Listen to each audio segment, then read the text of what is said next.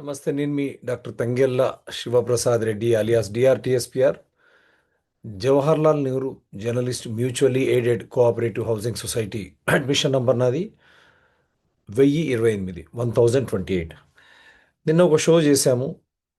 మంత్రులు ఆ రోజు అక్రిడిషన్ కార్డ్ అఫీషియల్ మీటింగ్లో 10వ తారీఖు జనవరి 10కి మన గౌరవ మంత్రి, మన కుటుంబ నేపథ్యం ఉన్నటువంటి మంత్రి ఐఎన్పిఆర్ తర్వాత రెవెన్యూ శాఖ కూడా వారు ఏమన్నారు, ఎందుకంటే అవాస్తవాలు కానీ కొన్ని ఊహించుకొని కొందరు స్వార్థ చింతన ఈరోజు అర్థమవుతుంది నాకు. అందుగురించే మేము ముఖ్యమంత్రి గారిని, గౌరవ ముఖ్యమంత్రి గారిని, ఉప ముఖ్యమంత్రి గారిని ఇప్పుడైతే ఖచ్చితంగా అడుగుతా ఉన్నా.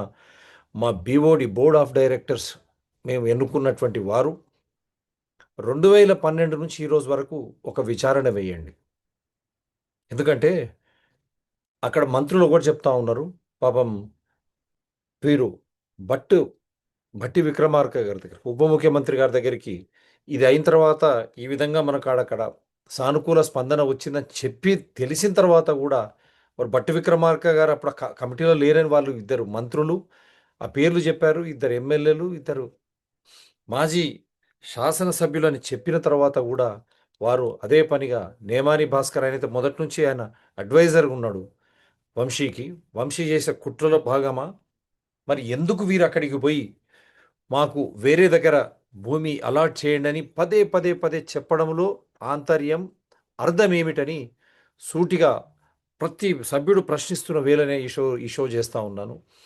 ఎందుకంటే ఒక అయోమయమైనటువంటి పరిస్థితిని ఈరోజు ఆ ట్రూత్ ప్రివేల్స్ గ్రూప్లో చాలా బాధాకరం. అందరు చదువుకున్న వాళ్ళు, జర్నలిస్టులు విశ్లేషించాలా, వ్యూహాత్మకంగా ఎవరైతే మనం తప్పుదారి పట్టిస్తున్నారో వారి పట్ల జాగృతులై ప్రశ్నించేది పోయి కష్టపడి మేము Jawaharlal Nehru journalist housing society members అని మాకు రసీదయ గవర్నమెంట్ మేము 19544 4/1/2012 నాడు ఆ భూములు మనం 12,33,00,000 కట్టిన తర్వాత భూములు ఐఎన్పిఆర్ ద్వారా స్వాధీనపరచుకొని ఇచ్చిన తర్వాత 2012లో విత్డ్రా చేయాలి. మళ్ళీ పేట్ బషీరాబాద్ సుప్రీంకోర్టు ఆర్డర్ 2017 2010 అప్పుడు విత్డ్రా చేయాలి.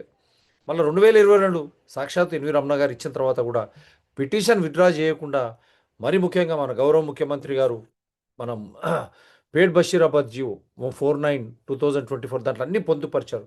8/9/2024 నాడు పేట్ బషీరాబాద్ పెద్ద అధికారిక ఫంక్షన్ పెట్టిన తర్వాత కూడా ఆ రోజు భూమి స్వాధీనపరచుకోకుండా ఎవరు నాటకాలు ఆడారు? నిమ్మకాయల వంశీ గారు మీపై ఛార్జ్ షీట్ ఉన్న ఆ పద్ధతి అది కూడా తెలిసి కూడా కాంప్రమైజ్ కావడానికి ఎవరు దోహదపడ్డారు? మీరు నిజంగా నాకు ఇంట్రెస్ట్ లేదు అనుకుంటేనే మీరు ఎందుకు ఉండాలనుకుంటారు సీఈఓ? వారు ఎందుకు ఎంతకాలం నేమేని భాస్కర్ రావు గారు వ్యక్తిగతంగా మాకేం లేదు. నా నంబర్ 9440465339. ఎవరైనా రావచ్చు, మీరు ఎక్కడున్నా కనెక్ట్ చేసి మనం చర్చించవచ్చు. ఆధారాలతో నేను మాట్లాడుతున్నాను. మొన్న ఎన్టీవీలో జరిగినటువంటి ఉదంతానికి ఇదే నేమాని భాస్కర్, మన అక్కడ ఉన్నటువంటి పనిచేసే మిగతా యూనియన్లు అంతా పోయి పెద్ద ఎత్తున సపోర్ట్ చేశారు. మరి ఇంతమంది 1000 మంది కుటుంబాలు నువ్వు వైస్ ప్రెసిడెంట్ ఉన్నటువంటి ఈ కమిటీకి, ఈ ఈ జేఎన్జేహెచ్ మ్యాక్స్కు ఎందుకు వాళ్ళు సహకరించడం లేదు? మీరు చెప్పాలి నేమాని భాస్కర్ గారు. ఎందుకు వారు పోయి అనుకుందాం మాట వరుసకు వాళ్ళు అనగానే మనం అక్కడ ఎందుకు వెళ్ళిపోవాలి? పేట్ బషీరాబాద్ నిజాంపేటలో మనం డబ్బులు వెచ్చించాం కదా 2012లో. ఇదే డబ్బు వేరే దగ్గర పెట్టింటే మన పరిస్థితి ఏంది ఈరోజు? సుప్రీంకోర్టు, హైకోర్టు నిబంధనే కదా మనము 17/11/2011 మన పిటిషన్ తర్వాతనే 4/1/2012 మనము డబ్బులు కట్టాం కదా 12,33,00,000. అప్పుడు ఉన్నటువంటి మార్కెట్ రేట్ ప్రకారమే కదా కట్టాము. మరి ఇది న్యాయమే కదా? ఎప్పుడైనా కాదంటారా? గౌరవ ముఖ్యమంత్రి గారు కాదన్నారా? ఉప ముఖ్యమంత్రి గారు కాదన్నారా? మేము పిటిషన్లు అన్ని చోట్ల పెట్టాం, సంతకాలు పెట్టినటువంటి పిటిషన్. దాన్ని తారుమారు చేస్తూ మీరు పోయి ఆల్టర్నేట్ అనడంలోనే ఆ ఉద్దేశాన్నే నేను గౌరవ ముఖ్యమంత్రి రేవంత్ రెడ్డి గారిని, గౌరవ ఉప ముఖ్యమంత్రి మనం భట్టి విక్రమార్క గారిని దీనిపై విచారణ జరపండి. అసలు పేట్ బషీరాబాద్ అంత డెవలప్ అయిన తర్వాత అక్కడ 6 ఎకరాల 12 ఎకరాల ఈ బీఓడి మెంబర్స్కు సంబంధించిన వాళ్ళు కానీ ప్రత్యక్షంగా కానీ బెనామీల ద్వారా పరోక్షంగా కానీ అక్కడ భూమిని ఆక్రమించుకున్నారా? అదేవిధంగా నిజాంపేట్లో 32 ఎకరాల్లో వీరి హస్తమేమైనా ఉందా? ఇవి భయపడి అక్కడ అలాట్ అయితే మళ్ళీ రీసర్వే చేస్తే అన్ని బయటకు వస్తావని సభ్యులను తప్పుదారి పట్టిస్తున్నారా? దీనిపై సమగ్ర విచారణ జరపాలా. 2014 నుంచి 2021 వరకు కూడా ఇదే మన దేశోద్ధరక భవన్ ఉన్నటువంటి ఆఫీసు బయటికి ఎందుకు పోయింది? ఆ యూనియన్ నాయకులను కూడా అడుగుతున్నాను, విరాహత్ అలీ గారిని, వారందరినీ కూడా. ఎందుకంటే ఆ యూనియన్ నుంచే కదా ఈరోజు తెలంగాణ మీడియా అకాడమీకి చైర్మన్ అయింది శ్రీనివాస్ రెడ్డి గారు కూడా. ఎందుకంటే జవాబు చెప్పాల్సిన పరిస్థితి ఎందుకు మళ్ళీ తిరిగి ఇక్కడికి రానిచ్చారు? ఈ అవకతవకలు జనరల్ బాడీ జరగలేదు, ఎన్నికలు జరగలేదు, మొత్తం సంవత్సరానికి ఆడిట్ రిపోర్ట్స్ జనరల్ బాడీ ద్వారా ఆమోదం పొందాలి, అవి ఎక్కడ జరిగినాయి? దాని మీద మేము కోఆపరేటివ్ డిపార్ట్మెంట్ మా దగ్గర కొట్లాడుతూ ఉంటే అధికారికంగా ఇక్కడ ఆ భయంలో వీరు తప్పుదోవ పట్టిస్తున్నారు. మనకు భూములు రావు, పేట్ బషీరాబాద్ నిజాంపేట్ అని. ఇక్కడ కూడా నేను బట్టి విక్రమార్క గారిని కోట్ చేస్తూ ఉన్నా. సార్, మాకు ఒక లీక్ వచ్చింది, గత బడ్జెట్లో కూడా మీరు మావి పెట్టారు, గౌరవ ముఖ్యమంత్రి గారు తీసేశారు ఆక్షన్కని. ఈసారి కూడా ఆ సభ్యుడు మళ్ళా పెట్టాడు. నేను అది వ్యక్తిగతంగా నేను పోవడం లేదు, మా దగ్గర ఆధారాలతో ఉంది. సో ఆ వ్యక్తి పెట్టినటువంటి దాన్ని కూడా లీక్, ఇది బడ్జెట్ లీక్ అనుకోవాలన్నా గౌరవ ఉప ముఖ్యమంత్రి, మనకు ఆర్థిక శాఖ మాత్యులు బట్టి విక్రమార్క గారు? దీన్ని మేము ఎట్లా చూడమంటారు మమ్మల్ని? నేను అది కూడా ఇప్పుడు చూపించే ప్రయత్నం చేస్తాను. ఎందుకంటే ఏ వ్యక్తికో మనము ఇది అగేన్స్ట్ కాదు, కానీ ఇది బడ్జెట్ లీకా కాదా, బడ్జెట్ లీక్ అయినప్పుడు ఏం చర్యలు తీసుకుంటారు ఈ వ్యక్తిపై? ఎందుకంటే ఇటువంటి పుకార్లు కోకొల్లలు వస్తున్న వేళనే నేను ఈరోజు ఈ షో చేయాల్సినటువంటి పరిస్థితి ఏర్పడ్డది. లేకుంటే నేను షో చేసేవాడిని కాదు, నిన్ననే చేశాం కాబట్టి. బడ్జెట్ లీక్లు ఇచ్చేసి మన భూమి పోతుంది పోతుంది అని ఈ షో చేయడం, దీన్ని బ్యాక్గ్రౌండ్తోనే నేను చేస్తూ ఉన్నాను. అటువంటప్పుడు మా భూములు, మేము కొన్నటువంటి భూములు కదా, గౌరవ రేవంత్ రెడ్డి గారు వారు మాట్లాడిన మాటలకు నేను చూపిస్తాను. మన సాక్షాత్తు మన మంత్రి వారు, మీరు కోటీశ్వర్లు అయిపోయినారా, లక్షాధికారులు కాదన్నారు. అఫీషియల్ స్టేట్మెంట్ ఇది, నవంబర్ 2024లో. ముఖ్యమంత్రి గారు కూడా ఇది శాశ్వత పరిష్కారం అన్నారు. మీరు కూడా మేము కట్టుబడి ఉన్న మాట, కానీ ఉప ముఖ్యమంత్రి గారు మేము ఇస్తున్నాం అని బీఆర్ఎస్ ప్రభుత్వాన్ని మీరు దుయ్యబట్టిన మాటలు వాస్తవమా కదా? అటువంటప్పుడు మా భూములు అక్కడ పెట్టినప్పుడు ఆ రోజు మేము మార్కెట్ ధరకు కొన్నామా లేదా? గౌరవ ఉప ముఖ్యమంత్రి గారు మల్లు భట్టి విక్రమార్క గారు, మరి ఆ రోజు మేము మార్కెట్ ధర పెట్టి కొన్నప్పుడు, మరి ఈరోజు ఆక్షన్ అయినప్పుడు ఈరోజు మార్కెట్ ధర మాకు ఇవ్వాలి కదా డబ్బులు, దాంతోపాటు బ్యాంక్ ఇంట్రెస్ట్ కలిపి ఇవ్వాలి కదా గౌరవ ఉప ముఖ్యమంత్రి గారు. కాంగ్రెస్ ప్రభుత్వం కూడా, మిగతా పక్షాలు కానీ, వాడు కోర్టులో ఏదో మాట్లాడతాడు మస్తుగా. ఆ రోజు దాన్ని ప్రాపర్గా మేము రిప్రజెంట్ చేయలేదు మా వాళ్ళనే చెప్తున్నాను నేను. ఆ రోజు మేము మార్కెట్ ధర పెట్టి 70 ఎకరాలు 2012లో ఎవడు దేకని ఆ ఏరియా పంచాయత్ లేఅవుట్ నిన్న మొన్న జిహెచ్ఎంసీలో కలుపుకున్నారు. ఇప్పుడు కూడా నిజాంపేట పోతే గుట్టలు, కొండలు, దోబిఘాట్లు, శ్మశాన ఘాట్ల మధ్యలో అటువంటి భూమిని మాకు అంటేగట్టారు. అదే 2012లో మేము 1000 మంది పైన 2 లక్షలు వేసుకుంటే వేరే దగ్గర 90 ఎకరాలు వచ్చేదే కాదా? ఈరోజు అది 3 నుంచి 5 కోట్ల విలువ ఉండేదే కాదా? ఉప ముఖ్యమంత్రి గారు, కాంగ్రెస్ ప్రభుత్వం మీరు చెప్పాలి. మేము తప్పైతే మమ్మల్ని కరెక్ట్ చేయండి. సో అటువంటి భూమిని మేము ఆ రోజు మార్కెట్ ధర మేము పెట్టి కొంటే 2 లక్షలు ఇస్తే 1,25,000కే మీకు ఈ భూమి అని చెప్పి 75,000 తిరిగి ఇచ్చినారా లేదా? సో అటువంటి అది కూడా మేము ఎమ్మెల్యేలు కానీ, ఐఏఎస్ ఆఫీసర్లు కానీ, నాకు తెలిసి వాళ్ళు స్టేట్ ఎక్స్‌చెకర్ ప్రభుత్వ ఖజానాకు డబ్బులు జమ చేయలేదు కాబట్టి వాళ్ళకు కేసు లేదనేది నా. కానీ మేము 12,33,00,000 ప్రభుత్వ ఖజానాకు 4/1/2012 జీవో గవర్నమెంట్ మెమో 19544 ద్వారా జమ చేసింది వాస్తవమా కాదా? సో ఆ రోజు మార్కెట్ రేట్ ప్రకారం మేము జమ చేస్తే, మరి ఈరోజు సుప్రీంకోర్టులో మా వాళ్ళు సరిగ్గా వాదించలేదు కాబట్టి మామూలుగా డబ్బులు వెనకాలకు తీసుకోమంటే ఎట్లయితుంది సార్? చట్టబద్ధం కాదు కదా, మేము కూడా తెలిసిన వాళ్ళం కదా. చట్టబద్ధంగా మేము కూడా పోతే ఏ కోర్టులైనా కూడా ఈరోజు ఆ రోజు మార్కెట్ రేట్ పెట్టి మేము తీసుకున్నప్పుడు బేసిక్ రేట్ అంటాం. ఆ రోజు ఏ రేట్ అయితే మీరే రండి బేసిక్ రేట్, ఈరోజు బేసిక్ రేట్ అంటే ఈరోజు ఉన్నటువంటి ఆ మార్కెట్ రేట్ ప్రకారం మాకు తిరిగి డబ్బులు రావాలి విత్ బ్యాంక్ ఇంట్రెస్ట్. అవునా కదా ఉప ముఖ్యమంత్రి గారు? ఎందుకంటే ఇవి చట్టరీత్యా ఉన్నటువంటి హక్కులు. మా వాళ్ళు గుండెలు బలిగి చస్తా ఉన్నారు ఉప ముఖ్యమంత్రి గారు. 4th సిటీ ఎక్కడ 60 కిలోమీటర్ల అవతల, అక్కడ మళ్ళీ మాడుగుల రైతులు ఊకుంటారా? మేము ఉండేదే హైదరాబాద్, హైదరాబాద్ కిందనే కదా మేము తీసుకోవాల్సింది. ఎక్కడో పోయి మిమ్మల్ని బూచి చూయించి చేస్తూ ఉన్నారు. ఎందుకంటే ఇదే ఉప ముఖ్యమంత్రి గారి పేరు మీద సుప్రీంకోర్టు ఒక ఆర్డర్ ఇచ్చింది, రెగ్యులరైజేషన్ ఆఫ్ సర్వీసెస్ కింద ఒక 60 స్పెషల్ లీవ్ పిటిషన్స్ ఇస్తే దాన్ని బేస్ చేసుకొని రెగ్యులరైజేషన్ చేయండి అంటే, ప్రాస్పెక్టివ్ రెగ్యులరైజేషన్ అని కానీ ఏదైనా రెట్రోస్పెక్టివ్ రెగ్యులరైజేషన్ చేయండి వీరికి 93 వరకు 3,000 మంది, మళ్ళీ దాని తర్వాత బీఆర్ఎస్ కూడా 8,000 మంది 2022 వరకు మీరు ఆ ఉద్యోగాలను క్రమబద్ధీకరణ చేయండి అంటే ఏది సుప్రీంకోర్ట్ ఆఫ్ ఇండియా మరి బట్టి విక్రమార్క గారు ఒక ఆర్డినెన్స్, అది కాంగ్రెస్ ప్రభుత్వం ఒక ఆర్డినెన్స్ తీసుకొచ్చింది గవర్నర్ ద్వారా. ఆ ఆర్డినెన్స్ని బిల్లులాగా ఈరోజు తెలంగాణ అసెంబ్లీలో పెట్టడం నిజం కాదా? అంటే అవసరానికి వారు ప్రభుత్వం ధిక్కరిస్తుంది కదా సుప్రీంకోర్టును. ఇది జర్నలిస్టులమైనటువంటి మనము ఎందుకు తెలుసుకోలేకపోతున్నాం? ఇంత బాధపడుతున్నారు. ఎక్కడ ఎంతమంది చనిపోతారనే ఆ బాధలోనే నేను ఈ షో చేస్తా ఉన్నాను. కాంగ్రెస్ ప్రభుత్వం అండ్ ఉప ముఖ్యమంత్రి గారు, మీరు మమ్మల్ని ఆదుకోవాలి, ఆలోచన చేయాలి మా పట్ల. అందుగురించే ఈ షో చేస్తా ఉన్నాను నేను. మొన్ననే తెలంగాణ అసెంబ్లీలో ఇదే ఈ బిల్లు పెట్టడం, ఇది ఆర్డినెన్స్. నేను ఫస్ట్ సుప్రీంకోర్టు ఆర్డర్ తీసుకొచ్చిన తర్వాత మీ దగ్గరికి తీసుకొస్తాను. ఇది సుప్రీంకోర్టు ఆర్డర్. ఈ సుప్రీంకోర్టు ఆర్డర్ అనుగుణంగా క్రమబద్ధీకరణ చేయాలి. Retrospective regularisation of services. ఇక చూసుకోండి ఇది. ఎందుకంటే మా జర్నలిస్ట్ మిత్రులు మనము ఇన్వెస్టిగేట్ చేయాలి బ్రదర్. మనకి ఉన్న హక్కులైంది చూడండి. 2008 నాటి పిటిషన్, అంతమంది 60 పైన స్పెషల్ లీవ్ పిటిషన్స్. ఇది ఆర్డర్ మీకు చూపిస్తా ఉన్నాను. సుప్రీంకోర్టు ఆర్డర్ మొత్తం ఇది సుప్రీంకోర్టు ఆర్డర్ క్లియర్గా చూడండి.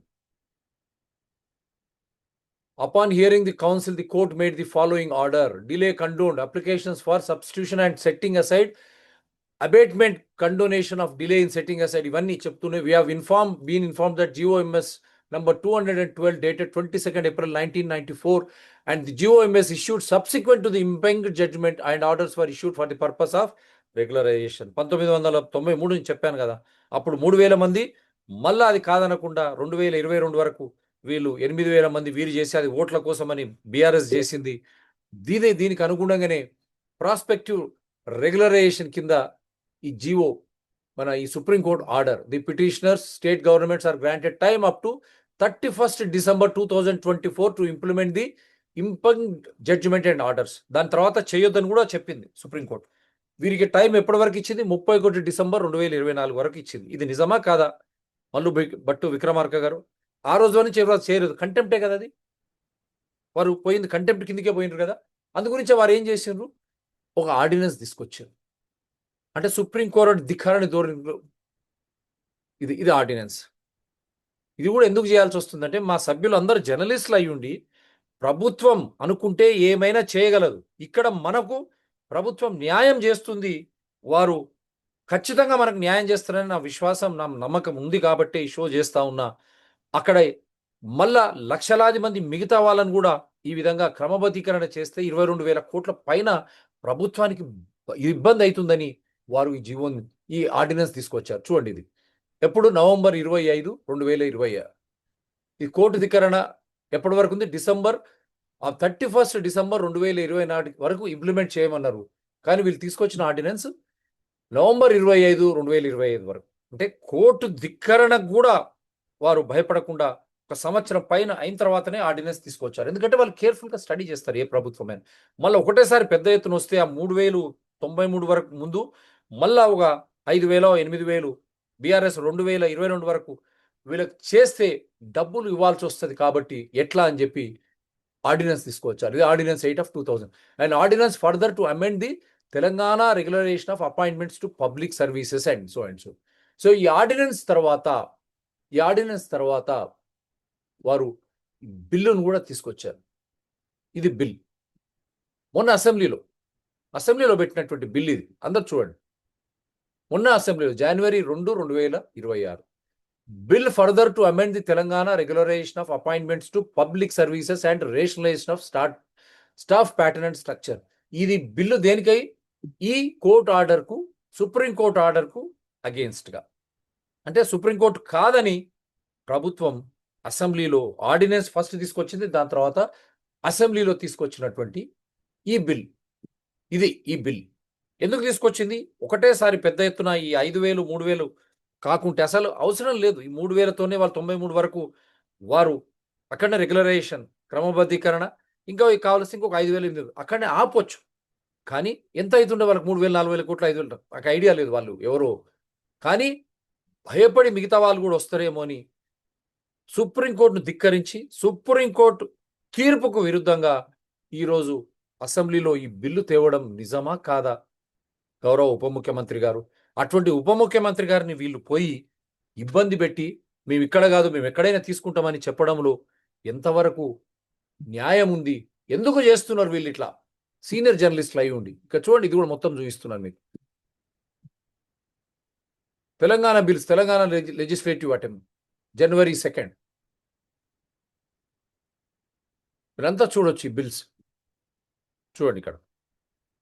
Memorandum under Rule 95 of the Rules of Procedure and Conduct of Business in the Telangana Legislative Assembly, the Telangana Regularization of Appointments to Public Services and Rationalization of Staff Pattern and Pay Structure Amendment Bill 2026, after it is passed by Legislature of State, may be submitted to the Governor for his assent under Article 200 of the Constitution of India. Bhatti Vikramarka Mallu, Deputy Chief Minister, Finance and Planning, Energy, and Rendla Tirupati Garu, Secretary. ఎందుకు చూపిస్తున్నానంటే ప్రభుత్వం అనుకుంటే ఏమైనా చేయొచ్చు, మన పట్ల వారికి సానుభూతి ఉంది కాబట్టి ఈ బిల్లు తెలుగులో కూడా ఇది కాపీ ఇక్కడ మేము చూపిస్తా ఉన్నా. అయితే ఈ నియామకం అదేదనగా తెలంగాణ పబ్లిక్ సర్వీసులకు నియామకాల క్రమబద్ధీకరణ మరియు సిబ్బంది తీరును వేతన స్వరూపంను హేతుబద్ధం చేయు చట్టం 1990 దాన్ని మళ్ళా వీళ్ళు చేసుకుంటూ వచ్చారు, సవరణ చేసుకుంటూ వచ్చారు. సుప్రీంకోర్టు ఆర్డర్కు ఈ బిల్లుపై అధ్యాదేశం స్థానంలో ఉంచుటకు ఉద్దేశించబడినది. బట్టి విక్రమార్క మల్లు అంటే సుప్రీంకోర్టు ఆర్డర్కు విరుద్ధంగానే కదా మీరు పోయింది కాదా? తెలంగాణ శాసనసభ కార్యకలాప ప్రక్రియ మరియు నిర్వహణ నియమాల్లోని 95 నియమం ఇదే ఇవన్నీ ఎందుకు చూపిస్తున్నంటే సభ్యులకు ధైర్యం చెప్పడానికి, వారు ఎట్టి పరిస్థితుల్లో వెనకాల పోరు అనే నా విశ్వాసం. కాంగ్రెస్ ప్రభుత్వం మనలాంటి వాళ్ళ జర్నలిస్టు మేము ఎన్నో షోస్ చేశాం. అవినీతి ప్రభుత్వం, కాళేశ్వరం కానీ, ఇక్కడ పాలమూరు రంగారెడ్డి లిఫ్ట్ ఇరిగేషన్ కానీ, మిగతా దానిలో పెద్ద ఎత్తున అవినీతి జరిగింది. ఈ పేట్ బషీరాబాద్ భూమిపై కూడా ఆ రోజు ఈ బీఓడి వాళ్ళు కలిసి కేటీఆర్ గారి కన్ను ఉందా? నేను అనలేదు, బండి సంజయ్ అన్నారు. వారి చెల్లెలు ఎమ్మెల్సీ, ఇంతకుముందు ఎక్స్ఎమ్మెల్సీ కవిత గారు కూడా సెయింట్ గ్లోబైన్కు 70 ఎకరాల భూమి ఆ రోజు ట్రాన్స్ఫర్ చేసి ఆ 70 ఎకరాలను వాసవి గ్రూప్కి ఇవ్వడం ఇది నిజం కాదా? అదేవిధంగా ఇంకో ఎమ్మెల్యే, కుకట్పల్లి ఎమ్మెల్యే కూడా వివరాలు కూడా తను చెప్పడం అంటే చట్ట విరుద్ధంగా వాళ్ళు ఏది చేసినారో ఇక పేరు నేను ఎందుకంటే పేరు చెప్పకూడదు కాబట్టి ఇక్కడ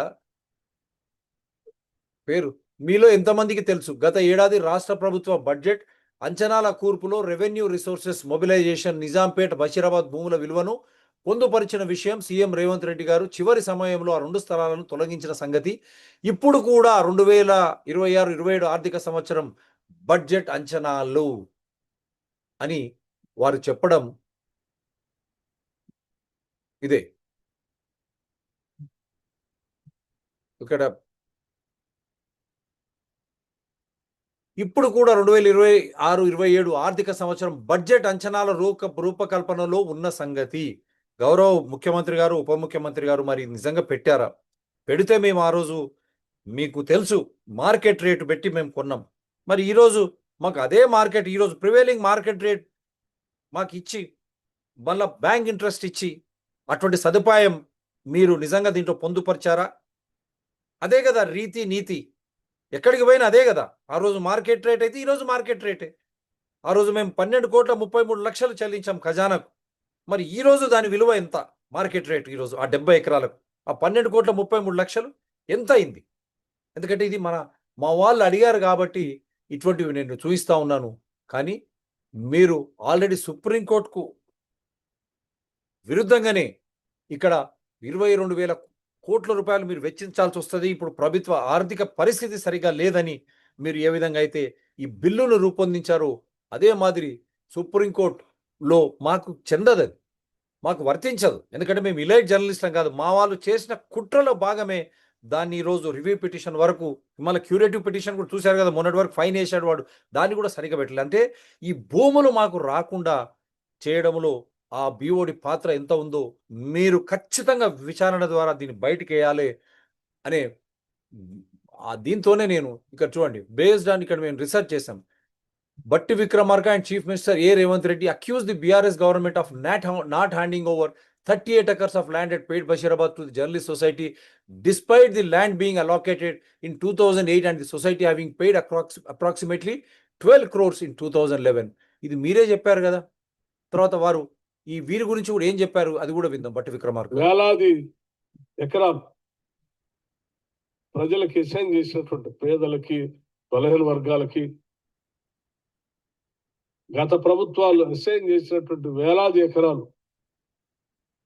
అవి ఈ రోజుల్లో ఒక ఎకరం 30 కోట్లు, 40 కోట్లు, 50 కోట్లు కూడా వెళ్ళింది. అటువంటి వేలాది ఎకరాలని ధరణిలో రాంగ్ ఎంట్రీ చేపించేసి ఆ ధరణి ద్వారా ఎంట్రీ చేసిన ఖాతా నుంచి ప్రభుత్వంలో ఉన్న పెద్దలకు సంబంధించినటువంటి బినామీల పేరు మీద భూముల్ని కొద్ది రోజుల్లో ట్రాన్స్ఫర్ చేస్తూ రిజిస్ట్రేషన్ చేయబోతానికి పెద్ద ఎత్తున ఒక కసరత్తు చేస్తా ఉన్నాం. దీనివల్ల కొన్ని లక్షల కోట్ల విలువైనటువంటి భూములు ప్రజలకి, ప్రభుత్వానికి చెందకుండా పోయేటువంటి ప్రమాదం ఉంది. సో అందుకోసమే మేము చాలా స్పష్టంగా కాంగ్రెస్ పార్టీ పక్షాన రెవెన్యూ వ్యవస్థని అప్రమత్తం చేస్తా ఉన్నాం. ఈరోజు అధికారంలో ఉన్నటువంటి ప్రభుత్వం అని చెప్పుకున్నటువంటి పెద్దలు ఎవరు కూడా రేపు 3వ తారీఖు ఎన్నికల కౌంటింగ్ అయిన తర్వాత వాళ్ళు ప్రభుత్వంలో కొనసాగారు, ప్రభుత్వం ఉండదు కూడా. మీరు తొందరపడి వారు చెప్పిన మాటలు విని అడ్డగోలుగా రిజిస్ట్రేషన్ చేసేటువంటి కార్యక్రమం కానీ లేకపోతే ఇతరత్ర కార్యక్రమాలు కానీ చేయొద్దని చెప్పి చాలా స్పష్టంగా వారికి చెప్పడమే కాకుండా అలాగే దాంతోపాటు ఇంకో అంశం క్లియర్ గా అర్థమైంది కదా. అప్పుడు దొంగతనంగా ధరణి ద్వారా మనం ఇదే డిఆర్టీఎస్పీ ఛానల్స్ ద్వారా బయట పెట్టాం ధరణి ఒక పెద్ద స్కామ్ అని చెప్పి. రాహుల్ గాంధీ గారు కూడా అదే పెట్టి మాట్లాడారు అప్పుడు అన్ని కూడా. సో ఆ భూములు పెద్ద ఎత్తున మార్పిడి చేసి 1,00,000 కోట్లు నేనలేదు ఆయనే చెప్పారు. వార్నింగ్ ఇచ్చాడు వాళ్ళ అధికారులకు అందరికీ. సో దాంట్లో మన భూములు కూడా ఉండటం విశేషం. అందు గురించే కాంగ్రెస్ ప్రభుత్వం రాగానే మనకు వారు ప్రక్షాళన మొత్తం చేసి హ్యాండ్ ఓవర్ చేశారు. అటువంటి దాన్ని ఇదే నిమ్మకాయల వంశీ శ్రీనివాస్ తను ఒక పేట్ బషీరాబాద్ మీద ఒకటి పెట్టాడు, ఆయన మర్చిపోయాడు. ఆ కాగితం కూడా నేను రేపు పొద్దున లీగాలిటీస్కు అన్ని మీడియా హౌసెస్కు నోటీస్ ఇచ్చినప్పుడు దాంట్లో పొందుపరుస్తాం. ఆయనే చెప్పాడు అసలు దీంట్లో ఏవి లిటిగేషన్స్ లేవని. మళ్ళా కాంగ్రెస్ ప్రభుత్వం హ్యాండ్ ఓవర్ చేసిన 2 నెలల్లో కూడా భూమిపై పోకుండా, నిజాంపేట భూమిపై పోకుండా, మళ్ళా పేట్ బషీరాబాద్ భూమిపై పోకుండా మొదటి నుంచి ఆడిన కుట్రలో భాగమే ఈ రోజు కూడా మళ్ళీ 4th సిటీ ఆ భూములపై మనం పోకూడదు. కానీ కాంగ్రెస్ ప్రభుత్వం చాలా స్పష్టంగా బట్టి విక్రమార్క గారు చెప్పారు, ఇట్లా కొట్టేయాలని చూస్తున్నారు, వారి పట్ల మేము అప్రమత్తంగా ఉన్నాం, కాంగ్రెస్ ప్రభుత్వం రాగానే చర్యలు తీసుకుంటామన్నారు. ఆ 1,00,000 కోట్ల భూములపై తీసుకోండి, మమ్మల్ని ఆదుకోండి. ఇంకా వారు కాంట్రాక్ట్ల గురించి కూడా చెప్పారు, కాంట్రాక్ట్లకు కూడా ఇష్టం వచ్చిన డబ్బులు ఇస్తున్నారని. ఇప్పుడు ఇది కూడా పాపం ఈ రెగ్యులరైజేషన్ దాంట్లో కూడా వాళ్ళకు 3,000 5,000 కావచ్చు. కానీ ఇప్పుడు కాంట్రాక్టర్లకు కూడా 1,00,000 కోట్లు కాంగ్రెస్ ప్రభుత్వం తర్వాత ఇచ్చింది కదా. మరి వారికి అక్కడ కూడా అన్యాయం జరుగుతుంది కదా, అది కూడా గమనించాలి. ఎందుకంటే మనతో పాటు వాళ్ళు కూడా బెనిఫిట్ కావాలని. ఇప్పుడు చూడండి, కావాలని తాత్సర్యం చేసి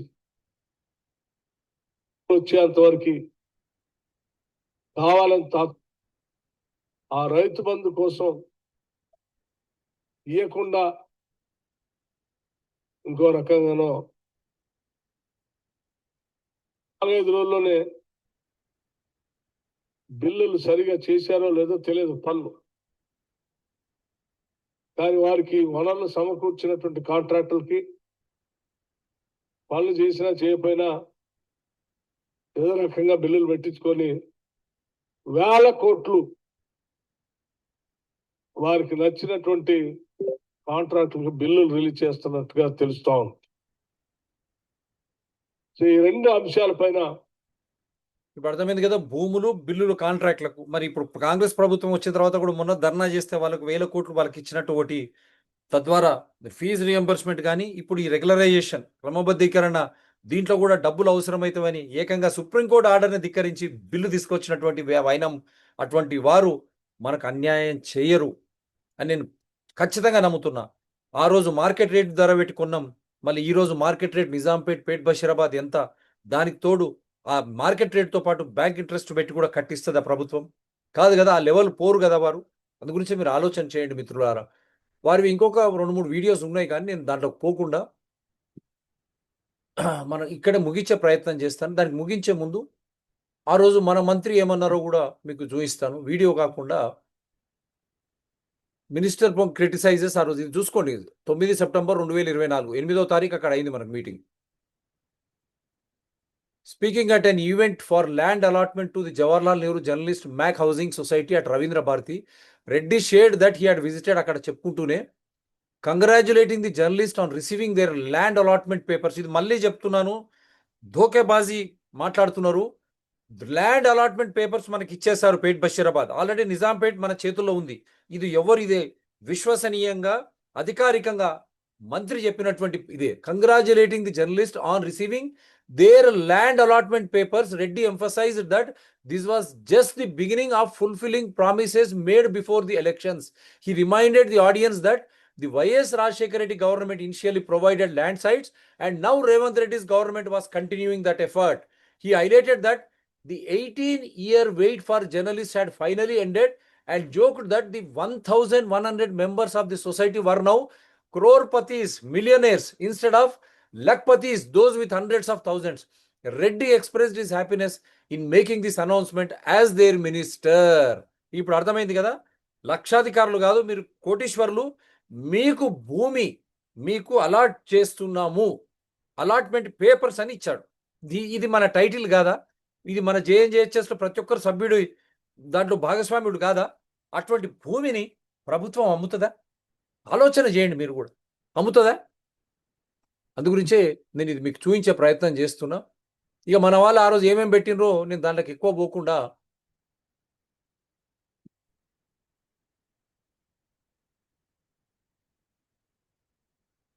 ఇదందరూ మీరు బెదురుతున్నారు కాబట్టే నేను ఇది చూపిస్తా ఉన్నా.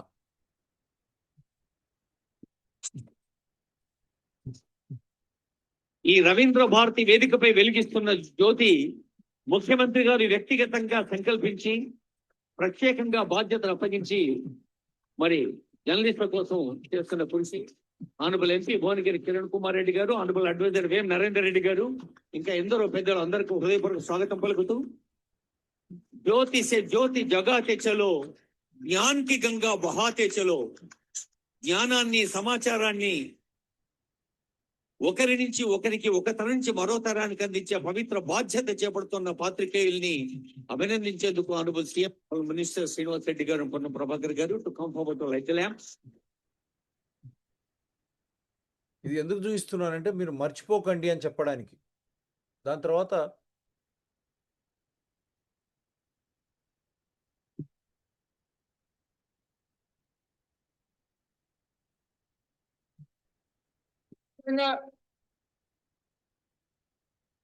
పండిత్ జవహర్లాల్ నెహ్రూ వారస్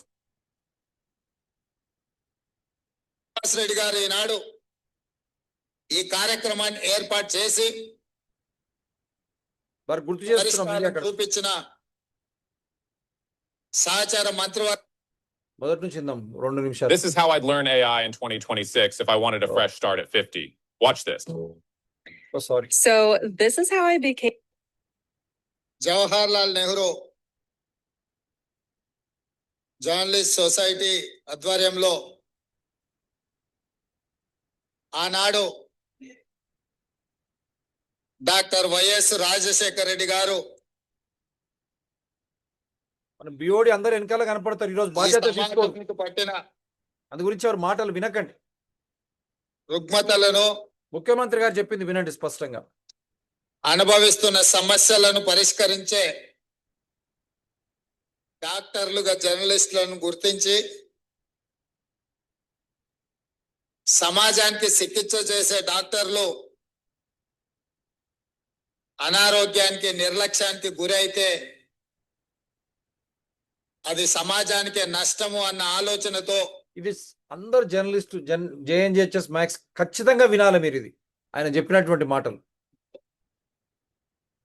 ఆనాడు జర్నలిస్ట్ మిత్రులందరికీ కూడా ఇంటి స్థలాలు కేటాయించాలని డాక్టర్ వైఎస్ రాజశేఖర రెడ్డి గారు, శ్రీమతి సోనియా గాంధీ గారి నేతృత్వంలో నిర్ణయం తీసుకోవడం జరిగింది. సరే, ఆనాటి నుంచి ఈనాటి వరకు జరిగిన పరిణామాలు నేను పెద్దగా వివరించదలసిన అవసరం లేదు, మీకు అందరికీ తెలుసు. కానీ ఈరోజు ఒక పండగ వాతావరణంలో 1100 మంది జర్నలిస్టు కుటుంబ సభ్యుల సమక్షంలో నిలబడి ఈ సమస్యకు శాశ్వత పరిష్కారం చూపించిన సహచార మంత్రివర్గ సభ్యులు పొంగులేటి శ్రీనివాసరెడ్డి గారు, అదే విధంగా కార్యక్రమంలో పాల్గొన్న సహచార మంత్రివర్గ సభ్యులు పొన్నం ప్రభాకర్ గారు, మేమందరం గౌరవించి శాశ్వత పరిష్కారం అని చెప్పారు మిత్రులారా. అందు గురించే మీరు జర్నలిస్టు కుటుంబ సభ్యులందరికీ కూడా ఈ సందర్భంగా అభినందనలు తెలియజేస్తున్నారు. ప్రతి సమస్యకు ఏదో ఒక పరిష్కారం ఉంటుంది. పరిష్కారం గొప్పగా ఉండొచ్చు, పరిష్కారం మామూలుగా ఉండొచ్చు. కానీ పరిష్కరించవలసిన వ్యక్తులు బాధ్యతాయుతంగా వ్యవహరించినప్పుడే ఆ సమస్యకు పరిష్కారం దొరుకుతుందని చెప్పి నేను బలంగా నమ్ముతాను. సో అదే మేము నమ్ముతున్నాం ముఖ్యమంత్రి గారు. ఈరోజు కూడా ఉమ్మడి రాష్ట్రంలో తెలంగాణ రాష్ట్ర ఏర్పాటు అనేది ఒక పెద్ద సమస్య, జటిలమైన సమస్య, చిక్కుముడి లాంటి సమస్య. అంత జటిలమైన చిక్కుముడి లాంటి సమస్యకే కాంగ్రెస్ పార్టీ పరిష్కారం చూపించి తెలంగాణ రాష్ట్రాన్ని ఏర్పాటు చేసింది. మరి పండిత్ జవహర్లాల్ నెహ్రూ గారి పేరు మీద ఏర్పాటు చేసిన ఈ సంఘము, ఈ భూ కేటాయింపు పండిత్ జవహర్లాల్ నెహ్రూ వారసులుగా, శ్రీమతి సోనియా గాంధీ గారి ప్రతినిధులుగా ఈ సమస్యను పరిష్కరించడం మా బాధ్యత అని మేము భావించి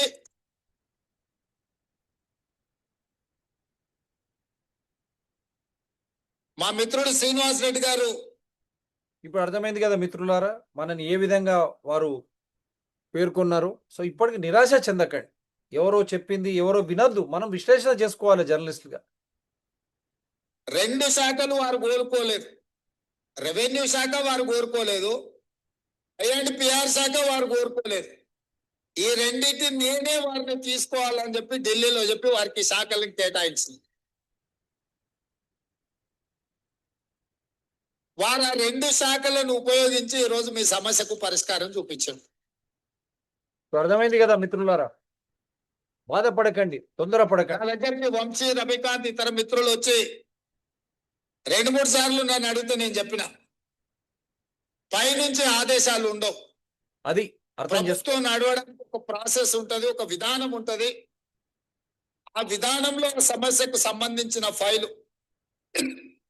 ఏ విధంగా ముఖ్యమంత్రి కార్యాలయానికి రావాలనో ఆ విధంగా ఫుల్ షేప్ తోని ముఖ్యమంత్రి కార్యాలయానికి ఫైల్ వచ్చిన మరుక్షణం ఇక్కడ మీకు సంబంధించిన సమస్యకు పరిష్కారం దొరుకుతుందని వారికి చెప్పిన ఆ విధంగా ఫైల్ బిల్డప్ చేసి ముందుకు తీసుకురండి అని చీఫ్ సెక్రటరీ గారి కాడి నుంచి మంత్రి గారి వరకు సూచన చేసిన ఈ ఫైల్ ప్రాసెస్ లో మీకు తెలుసు, ఈ ప్రాసెస్ లో అమలు చేసేటప్పుడు కొంత సమయం పడుతుంది. ఆ ప్రాసెస్ లో జరిగిన డిలేనే గాని నిర్ణయం తీసుకోవడానికి ఈ ప్రభుత్వానికి శశబిశలు లేవు. స్పష్టంగా ఫైల్ వచ్చిన మరుక్షణం, ఎందుకంటే ప్రాసెస్ లో ఏదైనా తప్పిదం జరిగితే మళ్ళీ ఎవరైనా కోర్టుకు వెళ్ళినంటే ఇప్పటికే 73 మంది ఈ నిజాన్ని చూడకముందే వారు కన్ను మూసారు. ఇంకా చాలా మందికి ఇలాంటి నష్టం జరగకూడదు, మీ సమస్యకు శాశ్వత పరిష్కారం చూపించాలన్న ఆలోచనతోనే మా ప్రభుత్వం శాశ్వతమైన పరిష్కారాన్ని ఈ రోజు మీకు అందరికీ చూపించడం జరిగింది. ఇప్పుడైనా నమ్మండి ఆయన చెప్పింది. అందు గురించే మీరు ఇప్పుడు మళ్ళా సమస్య అని వీళ్ళు లేవనెత్తినందుకే మేము మళ్ళీ కింద నుంచి జేహెచ్ఎస్ మెంబర్స్ అని అందరికీ మళ్ళీ ఇవన్నీ వారికి గుర్తు చేసుకుంటూ సంతకాలతో కూడినటువంటి పిటిషన్లు అన్ని చోట్ల పెట్టాం. అందుగురించి మళ్ళీ ఆయన దగ్గరికి పోతుందని. ఆ లోపుగానే మన మంత్రి గారు మొన్న 10వ తారీఖు జరిగినటువంటి అక్రిడిటేషన్ అఫీషియల్ మీటింగ్లో వారు చెప్పిన తర్వాత బీఓడీలు ఈ విధంగా కుట్ర ద్వారా మళ్ళా పాపం బట్టి విక్రమార్క గారి దగ్గరికి మేము కూడా పోయాం. ఆయన అండర్లైన్ చేసుకున్నాడు, ఆ ఫోటో కూడా పెట్టాం చాలా క్లియర్గా. మాకు చాలాసేపు వెయిట్ చేసాం, ఆయన కూడా వచ్చి గౌరవంగా ఆయన స్వీకరించి అండర్లైన్ చేసుకున్నారు. అదేవిధంగా శేషాద్రి గారు కానీ, అందరికీ పిసిసి ప్రెసిడెంట్ గారికి కానీ, మాకు శాశ్వత పరిష్కారంగా ముఖ్యమంత్రి కాంగ్రెస్ ప్రభుత్వం ఇచ్చినటువంటి భూములు 12,33,00,000 ఆ రోజు మార్కెట్ ధర వెచ్చించి కొన్నటువంటి మా భూములు నిజాంపేట్, పేట్ బషీరాబాద్ ఏ విధంగా ఈరోజు మళ్ళా అన్యాక్రాంతమైతాయి? ఆ మార్కెట్ ధరనే మళ్ళా పెట్టి మనకు బ్యాంక్ ఇంట్రెస్ట్తో పాటు ఇస్తారా? సో అదే సుప్రీంకోర్టు కూడా ధిక్కరించి వారు ఈరోజు శాసనసభలో బిల్లును కూడా ప్రవేశపెట్టారు. వారు మీకు చూపించాను, క్రమబద్ధీకరణ రెట్రాస్పెక్టివ్ రెగ్యులరైజేషన్ బిల్ 3,000 8,000 మంది 2-3 వేలు అవుతుండొచ్చు. కానీ అక్కడ కూడా వారు భయపడ్డారు, మిగతా వాళ్ళు కూడా వస్తారేమో, మళ్ళీ లక్షలాది మంది 22,000 కోట్లు అవుతాయి. కానీ అదేవిధంగా కాంట్రాక్ట్లది కూడా వారు చెప్పారు, కాంట్రాక్ట్లు ఎంతో బిల్లులు పోయాయి, వారికి ఎంత డబ్బులు వారికి పోయాయి, ఎట్లా పోయాయి అది మనం తర్వాత నేను చర్చిస్తాను. కానీ దీంట్లో స్పష్టంగా ఇదంతా మాట్లాడిన తర్వాత కూడా ఇంకా భయపడతారంటే అదే విధంగా కొన్ని అంశాలు నేనే ప్రస్తావిస్తాము. ఆనాడు రాజకీయ పార్టీలు పత్రికలను పెట్టుకున్నారు. దాంట్లో సో ఇది ఎందుకంటే మీకు నమ్మకం చేయడానికి నేను ఈరోజు ఈ వీడియోను కూడా మీకు ప్లే చేయాల్సినటువంటి అవసరం వచ్చింది. అప్పుడు కూడా పాతకాలం కూడా మన వాళ్ళు జర్నలిస్ట్ అది CM to allot land to them అన్నారు. అదే మినిస్టర్ చాలా స్పష్టంగా ఈరోజు ఇక చూడండి, speaking at and event for land allotment, మళ్ళీ చెప్తున్నాను ఇదే టైటిల్ 19544 జియో మెమో, మనం రసీదు, ఇది అధికార రసీదు, మార్కెట్ ద్వారా కొన్నటువంటిది. నిజాంపేట్ ఆల్రెడీ మనకు ఆధీనంలో ఉంది కాబట్టి స్వాధీనంలో. పేట్ బషీరాబాద్ ఇది land allotment, event for land allotment అంటే ప్రతి ఒక్క మెంబర్ దాంట్లో భాగస్వామ్యుడు కాబట్టి 2 లక్షలు కట్టిన వాళ్ళు. మీరు ఇప్పటికైనా భయపడకండి దయచేసి. అందు గురించే నేను ఈ షో చేయాల్సి వచ్చింది. ఇంకా చాలా వీడియోలు ఉన్నాయి, చాలా అవకతవకలు జరిగినాయి. దానిపై కూడా గౌరవ ముఖ్యమంత్రిని, ఉప ముఖ్యమంత్రి గారిని విచారణ జరిపించండి. అక్కడ ఆక్రమణలో బీఓడికి చెందిన వాళ్ళు ప్రత్యక్షంగా కానీ పరోక్షంగా కానీ ఉన్నారా? ఎందుకు బీఓడి 2014 నుంచి 21 కానీ 22, 23 కానీ జనరల్ బాడీ పెట్టలేదు? ఇయర్ బై ఇయర్ మనం ప్రతి సంవత్సరం ఆర్థికంగా ఆడిటెడ్ స్టేట్మెంట్స్ ఇవ్వలేదు. అసలు ఒక దశలో 13,150 మంది మెంబర్లు అని చెప్పారు. సో ఈ బోగస్ మెంబర్లు ఎవరు? అసలు 2 లక్షలు కట్టిన వారు ఓటు హక్కు ఉందా వారికి? దాంట్లో చనిపోయిన వారు నామినీస్ ఉన్నారా? 2 లక్షలు కట్టని వారు కూడా ఏ విధంగా ఓటేస్తున్నారు? వీళ్ళంతా బోగస్ మెంబర్లు కాదా? ఈ భూమిని ఎవరు కాజేయాలని చూస్తున్నారు? ఇంత స్పష్టంగా ముఖ్యమంత్రి గారు చెప్పారు. గౌరవ ఉప ముఖ్యమంత్రి గారు కూడా చాలా స్పష్టంగా అప్పుడు ధరణిలో జరుగుతున్నట్టు అవకతవకలను వారిని ఎట్టి పరిస్థితుల్లో ఎండగడతామని చెప్పారు. కాబట్టి వారు పూనుకున్నారు కాబట్టి మనకి భూమి వచ్చింది. వారు కూడా ఇప్పుడు కూడా వాడు సామరస్యంగా సానుకూలంగా ఉంటే మన వాళ్ళే పోయి ఆల్టర్నేట్ అంటే ఎంత అన్యాయం. ఆల్టర్నేట్ అన్న వాళ్ళు దీంట్లో సభ్యులు కారు.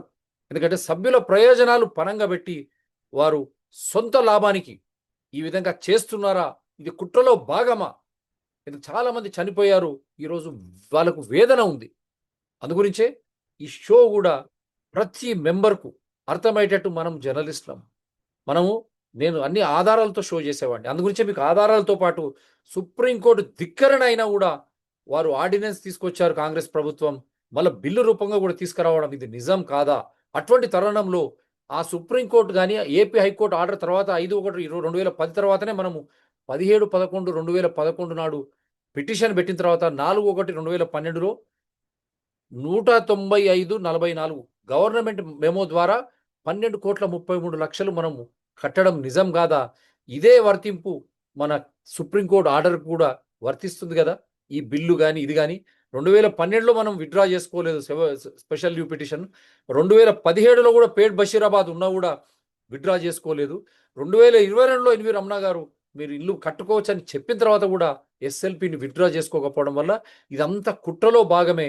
మన గౌరవ ముఖ్యమంత్రి గారు కాంగ్రెస్ ప్రభుత్వం వచ్చిన తర్వాత కూడా వారు 2024 ఇచ్చిన తర్వాత కూడా మళ్ళీ రాజీనామా డ్రామా ఆడినటువంటి వంశీ శ్రీనివాస్ ఆయన ఏమి లేవు దాని మీద అని చెప్పి మళ్ళీ తర్వాత కలెక్టర్ దగ్గర పోయి తీసుకోకుండా ఈరోజు ఈ తాత్సారం చేసి మళ్ళీ ఈ భూములపై మనం పోనీయకుండా చేస్తున్నాడు. కాబట్టి అధికారికంగా మనకు ఉన్నటువంటి హక్కులు ఈ షో ద్వారా నేను తెలియజేస్తున్నా మిత్రమా. ఆ రోజు మార్కెట్ రేట్గా పెట్టి కొన్నాం కాబట్టి ఈరోజు బడ్జెట్ లీక్ అయిందా, మా మెంబర్కి ఎట్లా వచ్చింది, ఇది కూడా అభివోడి కుట్రలో భాగమేనా, వారు ఫోర్త్ సిటీ అని ఎట్లయితే మాట్లాడుతూ ఉన్నారో ఈ లీక్ కూడా మా భూములు దాంట్లో పెట్టిండ్రు అన్నందుకే నేను ఈ విషయం ఆ రోజు మార్కెట్ ద్వారా పెట్టి కొన్నాం కాబట్టి ధర ఈ రోజు కూడా మరి మార్కెట్ ధర ఇవ్వాలి కదా, దాంతోపాటు బ్యాంక్ ఇంట్రెస్ట్ కూడా ఇవ్వాలి కదా అనే ఆలోచనతో ఈ షో చేయడం జరిగింది. అది కూడా మీ దృష్టికి తీసుకురావడానికే. ఎంతోమంది ఇబ్బందులు పడుతున్నాం. ఈ 12,33,00,000 గౌరవ ముఖ్యమంత్రి గారు, ఉప ముఖ్యమంత్రి గారు, కాంగ్రెస్ ప్రభుత్వం, మిగతా ఎమ్మెల్యేలు కానీ ఎంపీలు కానీ ఈ 12,33,00,000 మేము ఎక్కడైనా ఇన్వెస్ట్ చేసి ఉంటే, ఎక్కడైనా ఈ డబ్బును మేము పెట్టుబడిగా పెట్టి ఉంటే ఒకటే దగ్గర మాకు 80-90 కోట్లు వచ్చేవి కాదా? తద్వారా మాకు 5 కోట్ల రూపాయలు వచ్చేది కాదా ఒకరొకరికి? సో అటువంటప్పుడు ప్రిఫరెన్షియల్ ట్రీట్మెంట్ ఎక్కడైంది? సుప్రీంకోర్టు జడ్జెస్ తర్వాత ఆర్టికల్ 14 మేము ఎక్కడ ఉల్లంఘించినాం? మాకే ఉల్లంఘన జరుగుతూ ఉంది. ఈ విధంగా అభివృద్ధి చెందిన తర్వాత మా భూములను ఆక్షన్ చేస్తామంటే ఇది ప్రిఫరెన్షియల్ ట్రీట్మెంట్. డబ్బులు ఉన్నోడు వచ్చి మళ్ళీ కొనడం అది వానికి ప్రిఫరెన్షియల్ ట్రీట్మెంట్ కాదా? మళ్ళీ ఆర్టికల్ 14 ద్వారా మాకు ఇది అన్యాయం జరిగినట్టు కాదా, వయలేషన్ కాదా? మేము మార్కెట్ ద్వారా పెట్టి కొన్న భూములు, ఆ రోజు పంచాయతీ లేఅవుట్లను ఉన్నటువంటి భూములు, ఒకటే దఫా మేము డబ్బులు చెల్లించి కొన్నటువంటి భూములు, ఇదే డబ్బు అది పేట్ బషీరాబాద్ నిజాంపాట్ ఇక్కడ 38 అక్కడ 32 ఎకరాలు, ఇదే డబ్బును మేము వేరే ఎక్కడైనా పోయి పెడితే 90 ఎకరాలు మాకు వచ్చేదే కాదా? ఇది ఆర్టికల్ 14 ఉల్లంఘన కాదా? కోట్ల కొలది ఇప్పుడు అభివృద్ధి చెందిన తర్వాత కూడా హెచ్ఎండిఏ కానీ అవన్నీ వనరులు ప్రతి ఒక్క పౌరుని చెందినాయి. అక్కడ 100 కోట్లు 200 కోట్లు పెట్టి ఆక్షన్ చేసి అమ్మడం అది ప్రిఫరెన్షియల్ ట్రీట్మెంట్ కాదా? ఆ చుట్టుపక్కల మళ్ళీ వేరే ఎవరైనా మిడిల్ క్లాస్ కానీ లోయర్ మిడిల్ క్లాస్ మన జర్నలిస్టులు కానీ భూమి కొనగలరా? సో ఇది ప్రిఫరెన్షియల్ ట్రీట్మెంట్ కదా? ఇది ఆర్టికల్ 14 విరుద్ధం కాదా? వయలేషన్ ఆఫ్ ఆర్టికల్ 14 కాదా? ఇది ప్రిఫరెన్షియల్ ట్రీట్మెంట్ కాదా? అభివృద్ధి చెందినటువంటి భూమిలో ఆక్షన్ చేయడం ద్వారా 100 కోట్లు పెట్టి డబ్బులున్నోడే కొనుక్కోవడం, మళ్ళా చుట్టుపక్కల విపరీతంగా ధరలు పెరిగి సామాన్యులు మనం పోయి భూమి కొనలేనటువంటి పరిస్థితి అక్కడ రావడం, ఇది ఆర్టికల్ 14 విఘాతమా కాదా? కోర్టులో ఇచ్చినటువంటి కేసు వాళ్ళంతా జవాబు చెప్పాలి. 100 కోట్లు 100 ఎకరాలు 1000 ఎకరాలు సాక్షాత్తు బట్టి విక్రమార్కనే చెప్పారు. ధరణి ద్వారా లక్షల కోట్లు కొల్లగొట్టాలని చేసేటువంటి బీఆర్ఎస్ ప్రభుత్వం అవన్నీ ఎండగట్టండి, ఆ డబ్బులన్నీ తీసి ఖజానాకి తీసుకురండి, మాలాంటి వారిని ఆదుకోండి, మాకు ఇంత అన్యాయం జరిగింది కాబట్టి మాకు ఫ్రీగా డెవలప్మెంట్ హెచ్ఎండిఏ ద్వారా దాన్ని అభివృద్ధి చేసియండి. భూమిని రిజిస్ట్రేషన్ కూడా ఈరోజు మేము పెట్టుకున్నటువంటి పరిస్థితి లేదు. ఫ్రీ రిజిస్ట్రేషన్ ఫ్రీ డెవలప్మెంట్ చేసి మేము డెవలప్ చేసుకున్న తర్వాత మాకు ప్రాపర్టీ ట్యాక్స్లో కానీ ఎలక్ట్రిసిటీలో కానీ వాటర్లో కానీ కూడా రాయితీలు ఇవ్వవలనని. ఎందుకంటే దాని గురించి మేము ఈ కుట్రలను ఛేదించే విధంగా మాకు అన్యాయం ఎక్కడ జరిగింది, ఎవరు చేసినారు, మీరు సమగ్ర విచారణ చేసి ఇటువంటి సదుపాయాలు మాకు కలిగించమని కలిగిస్తారని ఆశిస్తూ మరొకసారి మెంబర్లు ఎవరు కూడా భయాందోళనలకు లోను కాకండి. చట్టబద్ధంగా హక్కుపరంగా మన భూములను మనం అనుభవిస్తాం. మనకు రాష్ట్ర సర్కారు డెఫినెట్గా అండగా ఉంటుంది. ఎవరైతే మీడియా హౌసెస్ నిన్న కూడా చూపించాం, అంతమంది నిమ్మకాయల వంశీ శ్రీనివాస్కు నేమాని భాస్కర్ రావుకు ఓటేయండి అని చెప్పారో వారందరూ ఈరోజు ముందుకు రావాలా, మా పక్షాన నిలబడాలి.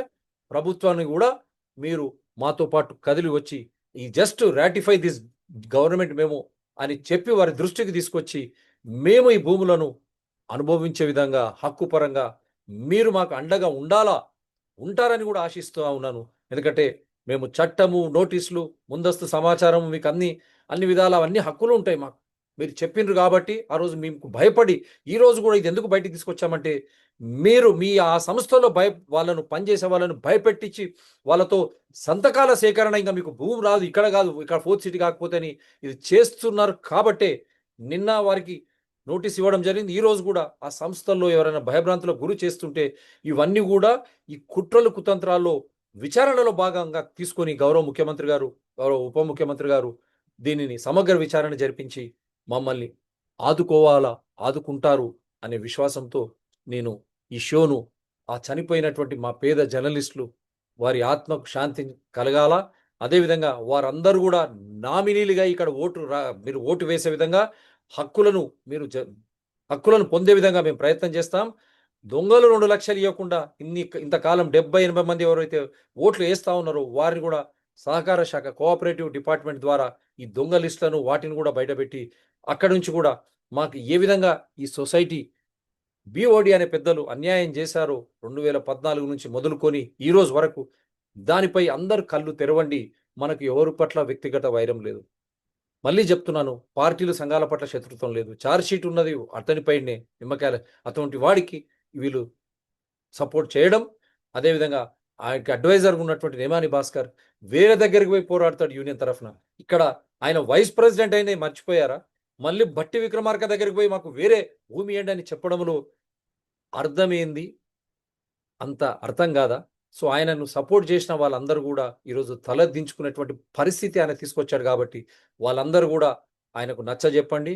ఈ మా హక్కు పేట్ బషీరాబాద్ నిజాంపేట్ భూములు ఇవి మేము ఎట్టి పరిస్థితుల్లో ప్రభుత్వం సహకారంతో, ప్రభుత్వ ముఖ్యమంత్రి, గౌరవ ఉప ముఖ్యమంత్రి, మొత్తం కాంగ్రెస్ ప్రభుత్వం సహకారంతో మేము అనుభవిస్తాం అనే విశ్వాసంతోనే ఈరోజు ఈ షోని ఇంతటితో ముగిస్తున్నాను. జై తెలంగాణ, జై హింద్.